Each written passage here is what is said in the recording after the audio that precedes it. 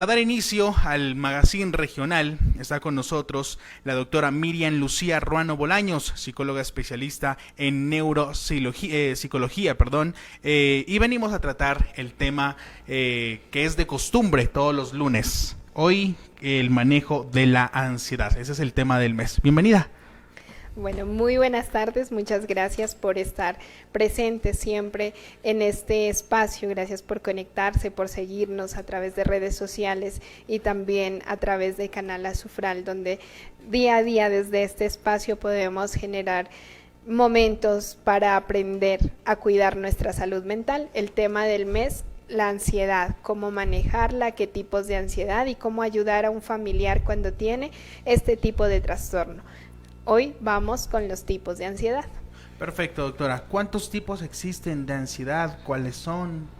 Bueno, clínicamente, desde psicología y psiquiatría, medicina general, se maneja un manual diagnóstico denominado CIE-10 o CIE-11, que es su actual versión, y DSM-5. Entonces, dentro de estos manuales hay algunos tipos de clasificación, como por ejemplo, encontramos el tipo de ansiedad generalizada, que es el más común, y este tipo de ansiedad generalizada se presenta a raíz de miedos y de elementos no racionales. Entonces, por ejemplo, tenemos el miedo a que nuestros familiares mueran o que sufran un accidente, y es algo que empieza a generar malestar y malestar, sobrepensar sobre la misma situación.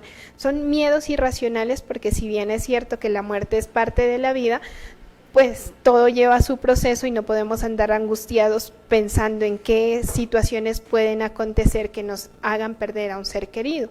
De este tipo de ansiedad es mucho más común en los niños y en las niñas encontrar ansiedad por separación. Y la ansiedad por separación no está relacionada con que los papás estén juntos o los papás estén separados, sino que es un tipo de ansiedad que lleva a tener miedos irracionales a los niños, que están enfocados principalmente en ese miedo a ser abandonados. Entonces se empieza a manifestar cuando vamos a dejar al niño al campo educativo, por ejemplo. Y cuando el niño necesita desprenderse de papá o mamá, hay manifestaciones como de que se toma de la pierna de papá o de mamá, empieza con llanto fuerte, se le dificulta el desprenderse para quedar en un campo social, para entrar en interacción con un campo social. Y muchas veces en consulta nos dicen, no, pero es que el niño no ha pasado por situaciones traumáticas o no ha pasado por momentos en los que se haya generado abandono, pero aún así el niño no se desprende fácilmente de papá, mamá o del cuidador. Es un tipo de ansiedad que está fundamentado en miedos irracionales que empiezan a generar angustia en el niño porque internamente sus pensamientos están relacionados con que va a morir papá, va a morir mamá, que no lo van a ir a recoger, que se van a olvidar de él, que va a ser abandonado, o miedos o inseguridades relacionadas con que en el baño hay un fantasma o que la profesora nos va a hacer daño dentro de la clase. Entonces son miedos irracionales porque en general no ha antecedido a esta situación un evento traumático, no ha pasado el niño por situaciones que hayan sido traumáticas, pero aún así estos miedos ya están presentes. Este tipo de ansiedad es mucho más común o es propio específicamente de la infancia. Así vamos desarrollando ciertos tipos de ansiedad, pues en adultos es más común la ansiedad generalizada, que se predispone, como lo mencionaba, porque viene también con miedos y elementos irracionales frente a voy a quedar sin trabajo, no voy a poder pagar el arriendo del próximo mes, no voy a poder solventar los gastos necesarios de mi hogar, y se empiezan a generar pensamientos recurrentes. Y como lo manifestábamos hace 8 días, es importante tener presente que esos pensamientos se van volviendo catastróficos, es como si no pudiéramos sostener esa realidad. Todavía no ha llegado el momento del supuesto sufrimiento que estoy anticipando, pero ya lo estoy sufriendo.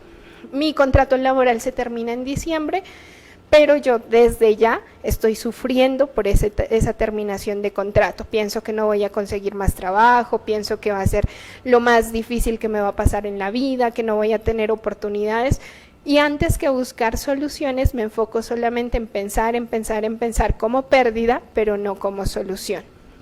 De ese Tipo de ansiedades, también hay algunos que son postraumáticos, es decir, que si a mí en alguna oportunidad fui asaltada en la calle, se desata también un tipo de ansiedad que ya es predisponente, el miedo a exponerme a la calle, pero ya es postraumático porque ya vivencié una situación que ha sido compleja y que desde ahí tengo miedo nuevamente a ser asaltada o a ser atacada en la calle. Un tipo de ansiedad que no me garantiza que me vaya a volver a pasar ese mismo episodio, pero el miedo ya es tan fuerte y tan recurrente que me imposibilita en muchos casos volver a salir a la calle. Se desprenden también los tipos de fobias asociados a la ansiedad. Estas fobias son en muchos de los casos también irracionales porque no los antecede un suceso, como por ejemplo el miedo a las arañas, el miedo a los perros, a ser mordido por un perro, el miedo a cualquier tipo de animales. Son tipos de fobias específicas que generalmente también los predispone un pensamiento irracional, que no ha antecedido una situación a tener miedo. ¿Por qué le tienes miedo a las arañas? No sé, pero les tengo miedo. Nunca me ha picado una, pero sigo manteniendo ese miedo. Hay fobias de exposición, por ejemplo, el que genere un pánico escénico, la exposición en un público, el tener miedo, el no poder, el sentirse incapaz de expresar una temática específica delante de muchas personas, el miedo a lugares abiertos o el miedo a lugares cerrados también, son tipos de ansiedades, y aunque ya es otra clasificación, el trastorno obsesivo compulsivo, pero también tiene características y rasgos de ansiedad que se enfocan a tener miedo. Por ejemplo, una persona que tenga obsesión por lavarse las manos, tiene obsesión y compulsión a estarse lavando las manos con frecuencia, porque inconscientemente o conscientemente existe el miedo a enfermarse, a contagiarse, y se vuelve tan recurrente que se vuelve dañino. Esto también lo soporta ciertos niveles de ansiedad, aunque ya se clasifica dentro de un trastorno diferente, pero tiene rasgos de ansiedad también. Claro, es muy importante y es muy amplio, ¿no?, el tema de la ansiedad. Lo que estábamos hablando el anterior lunes, ¿cuántos niveles de ansiedad o tipos de ansiedad debe tener una persona para declararse ya médico? Bueno, para clasificarlo como clínico, cada una de estas tipologías de ansiedad tiene sus parámetros de diagnóstico clínico, y lo mencionábamos, bueno, en la generalizada o la más básica, que decíamos son respuestas comunes, porque ansiedad en general, la ansiedad como respuesta fisiológica es esperada como una respuesta ante situaciones que me dan miedo, ante situaciones que me generan algún tipo de estrés. Es normal sentirse preocupado, pero no exagerar esa preocupación, porque la preocupación nos lleva a generar sufrimiento. Entonces es normal que yo me preocupe por si el próximo mes voy a tener para pagar el arriendo. Me preocupé, pero a la vez me ocupé en hacer algo productivo para generar ganancias y poder cubrir las necesidades que estoy teniendo. Pero si ya esa preocupación se me va volviendo excesiva, y vienen aquí los signos y síntomas básicos que hay que tener presente, que son la pérdida de sueño, por ejemplo, o tener sueño intermitente, que me dormí, me desperté, me quedé una hora sin dormir y el pensamiento sigue siendo recurrente. Entonces es pérdida de sueño. El cambio en el apetito puede ser que se vuelva excesivo, porque entonces hay pacientes que empiezan a comer compulsivamente también para sentirse más tranquilos. Tener esas conductas compulsivas como, bueno, generar atragantones de comida, o comerse las uñas, o arrancarse el cabello, o a generar daño, pacientes que se hacen quemaduras o que se hacen cortes con el pensamiento de que van a canalizar el dolor o el estrés que están sintiendo frente a esa situación, que ya son niveles mucho más altos de ansiedad, obviamente, pero en general los básicos es pérdida de sueño, cambio en la alimentación, exceso de apetito o disminución del apetito, puede darse las dos situaciones. Tener movimientos repetitivos de alguna parte del cuerpo, como por ejemplo mover mucho la rodilla o mover el brazo, los tics también que aparecen en el rostro. El presentar pérdida de peso corporal, el sentir angustia, sentir fatiga en el pecho, sentir ganas de salir corriendo. No está pasando nada, pero mi cerebro empieza a despertar la alarma de, hey, huyamos, vamos a algún lugar porque aquí no estamos en un lugar seguro y no hay ningún elemento que pueda estar amenazando mi tranquilidad o amenazando mi bienestar, pero yo siento que tengo que salir corriendo. Ese es otro de los elementos básicos. La sudoración de las manos o sudoración excesiva de las axilas, la sudoración en el rostro también es otro de los elementos. Todos esos elementos juntos, mínimo 6 elementos que sean fuertes y predisponentes, nos dan para diagnosticar una patología clínica dentro de la ansiedad. Una pregunta, doctora. Las personas que no tengan, digamos, más de 6, ¿cómo podemos controlarlo? O algún tip pequeñito para las personas que, digamos, que se comen las uñas, que mueven la pierna, ¿qué podríamos decirles a ellos? Son elementos importantes a tener presente, que si bien no cumplimos con 6 criterios clínicos, pero ya tengo 5, pues ya me estoy aproximando a ser diagnosticado patológicamente. Pero digamos que si de esos elementos tengo solo 1 o 2, lo podemos manejar en casa con algunas herramientas, como por ejemplo la respiración, hacer ejercicios de respiración consciente, inhalar, sostener, soltar, hace que el cerebro se pueda oxigenar y que pueda reprogramar fácilmente un pensamiento que está siendo intrusivo, que está siendo exagerado. Es acostumbrar, entrenar. En ansiedad se habla más que todo de entrenamiento, porque a veces decimos, no, yo ya respiré y no funciona. Debe ser entrenado. Es como cuando, si vamos al gimnasio, un ejercicio que lo hacemos un día no va a dar resultado para tonificar, no va a dar resultado para lo que queremos alcanzar a nivel corporal. Asimismo, reconociendo el cerebro como un músculo potente, tenemos que ejercitarlo a diario con ejercicios de respiración, no dejar a que colapsemos y que se nos unan todos los criterios clínicos y se me vuelva una ansiedad generalizada o un trastorno de pánico o una fobia específica, sino que yo la puedo ir controlando todos los días. Todas las personas manejamos ciertos niveles de estrés, ya sea por nuestro trabajo, ya sea por las responsabilidades que tenemos a diario, y si ese estrés no lo puedo trabajar desde el ocuparme de generar acciones que lo disminuyan, se va a convertir en preocupación excesiva. Debemos empezar a cambiar. Uno de los tips elementales para manejar la ansiedad es cambiar nuestra palabra, cómo nos estamos programando. Desde niños estamos programándolos, es que usted no se preocupa por sus tareas, es que usted no se preocupa por salir adelante, es que usted no se preocupa, y viene acompañado con un refuerzo verbal en todo momento que tenemos que estar preocupados. Y si cambiamos esa versión, es que usted se debe ocupar de sus tareas, porque sí debemos ser responsables frente al cumplimiento de ciertas cosas que a diario desempeñamos, pero la preocupación no nos sirve de nada. Preocupación es exceso de, más no solución de algo que tengo que resolver.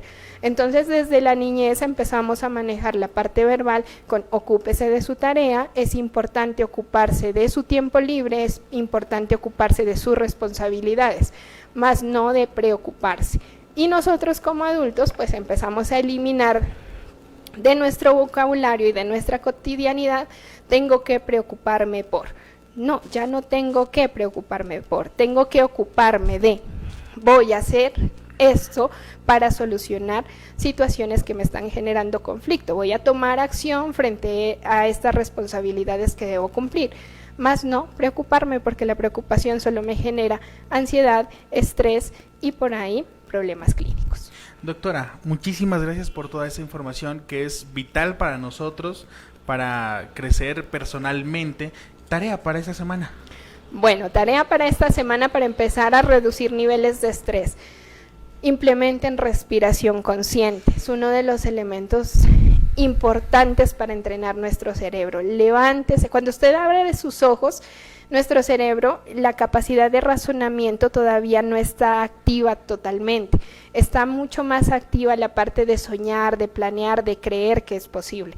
Entonces, si nos levantamos y lo primero que hacemos es pensar en que este día nos va a ir súper bien, que es lindo, que que vamos a ser amados, que vamos a recibir regalos, que vamos a cumplir con las metas que nos hemos programado, el día empieza diferente, porque en nuestro cerebro tenemos el activador y a la vez el saboteador. Entonces el lado racional es el que nos sabotea. Mi lado creativo me dice, hoy la voy a pasar súper bien, y el saboteador ya me está diciendo, pero con los compañeros de trabajo que tengo, pero con el sueldo que me están pagando. Entonces, como apenas nos levantamos, está activo solamente el área creativa, el área soñadora, pues esos momenticos, haga respiración consciente y dése la posibilidad de creer que sí es posible. Que si bien va a haber dificultades durante el día, porque esto no es arte de magia, pero usted programó su día desde la activación cerebral con elementos que le dan felicidad, que le dan tranquilidad, y así nos pasen situaciones difíciles a lo largo del día, los vamos a poder asumir diferente. Poder tener espacios para usted, para caminar, para reflexionar, para no cargarse de lo que no le corresponde. Y la tarea principal para esta semana, elimine la palabra preocupación de su día a día. Perfecto, doctora, muchísimas gracias. ¿Qué tenemos para esta semana en el consultorio Volver a Ti? Bueno, para esta semana tenemos un regalo maravilloso. El día de mañana tenemos una transmisión en vivo, una conferencia sobre duelo para manejar esas heridas que generan las pérdidas por muerte de un ser querido.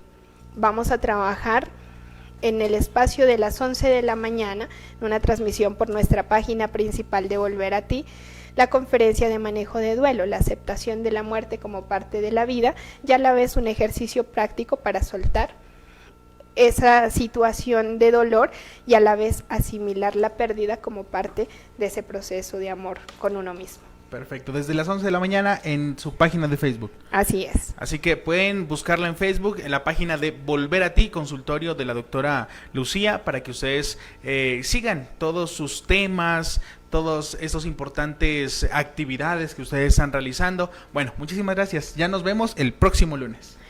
Muchas gracias a ustedes, gracias también por seguir aquí haciendo parte de Canal Azufral. Muchas bendiciones para esta semana y recuerde trabajar en su salud mental continuamente. Muchas bendiciones. Muy bien, hemos contado con la presencia y la intervención de la doctora Miriam Lucía Ruano Bolaños, psicóloga especialista en neuropsicología, con este tema tan importante que es el manejo de la ansiedad. Así que los esperamos el próximo lunes para seguir tocando este importante tema para todos nosotros. Vamos a un corte de comerciales y ya volvemos con más.